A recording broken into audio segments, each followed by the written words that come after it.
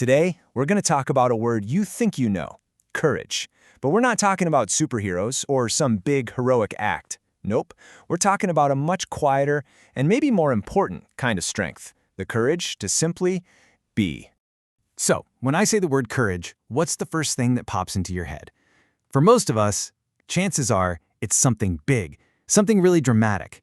Yeah, you're probably picturing a firefighter charging into a burning building, or, some epic scene from a movie. It's that Hollywood-style courage, right? A huge gesture in a moment of crisis. But there's another kind of courage, one you actually practice probably every single day. It's the kind that shows up in a difficult conversation or a really tough meeting. It's quieter, way more internal, and as we're about to see, it is absolutely fundamental to living a good life. So, our first move is to redefine this whole idea of courage, to shift our focus away from the showy, performative stuff to what's genuinely authentic. And this chart lays it out perfectly. On one side, you've got performative courage. That's all about looking brave to protect your image, avoiding failure at all costs, and caving to social pressure.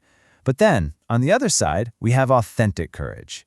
And this has nothing to do with an audience. It's all about being true to yourself. It means you act on your values, you see failure as just data, and you'll change your mind for a better argument, not because you're feeling pressured. And this really gets to the heart of it. Authentic courage isn't measured by how many people are clapping for you. The real yardstick is internal. It's asking yourself, are my actions actually rooted in who I really am? Of course, being authentically courageous, well, it's not always so easy, is it? So, what's holding us back? Let's dig into a few of the common courage blocks that get in our way. First up, perfectionism. We tend to wear this one like a badge of honor, but really it's a suit of armor. It's this belief that, hey, if I do everything perfectly, no one can ever judge me. But here's the trap. That same armor that's supposed to protect you ends up becoming a cage. It prevents the very growth and risk-taking that courage needs to survive. Okay, block number 2, building your identity around being the safe person. The one who's always reliable, always cautious, never rocks the boat. This feels secure for sure, but it becomes a massive problem when you need to take a stand or voice an opinion that might create just a little bit of friction. Now this one's a bit more subtle, but it is so powerful.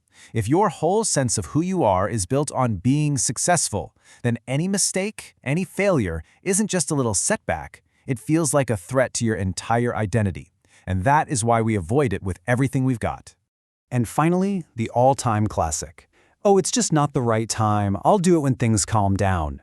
We tell ourselves we're just being smart, prudent. But a lot of the time, we're just waiting for some magical moment of perfect certainty that, let's be honest, never actually comes. So we have identified the blocks. Now, how in the world do we break through them? Let's explore what courage actually looks like in action, in those small and large choices we have to make every day. So many of our most important decisions don't have a single, clear-cut right answer.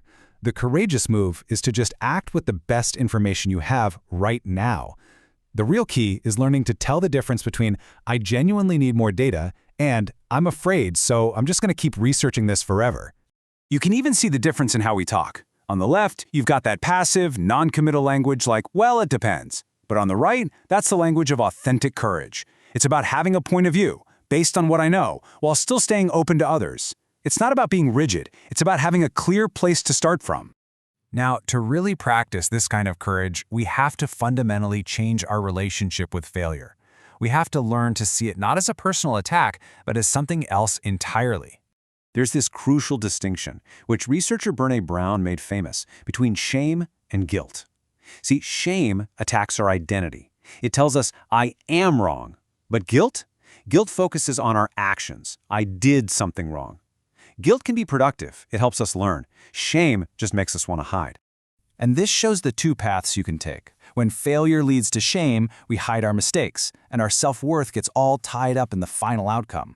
But when we can treat failure as data, we share the lesson. Our self-esteem is then rooted in the integrity of the process, not just the result. And that one shift, it changes everything. So what's the foundation for all of this? How do we even know which actions are authentic for us? Well, it all comes down to one thing: knowing what you stand for. Your values aren't just some list of nice-sounding words. They are revealed in your actions, especially when you think nobody is watching. They're like the operating system that's always running in the background, and the first step to courageous living is to actually become aware of what they are. Because here's the thing. It is easy to live by your values when it costs you nothing. The true test, the real moment of courage, is when upholding your values comes with a price. Maybe that means losing someone's approval, creating a conflict, or making a choice that disappoints somebody. That is when you find out what you're really made of. And that brings us to our final and maybe most important question. It's not about being a hero in every single situation. It's about being intentional. So really think about it. Under what conditions are you willing to pay the price for your values, and when are you not? Just knowing that distinction, that is the very heart of the courage to be.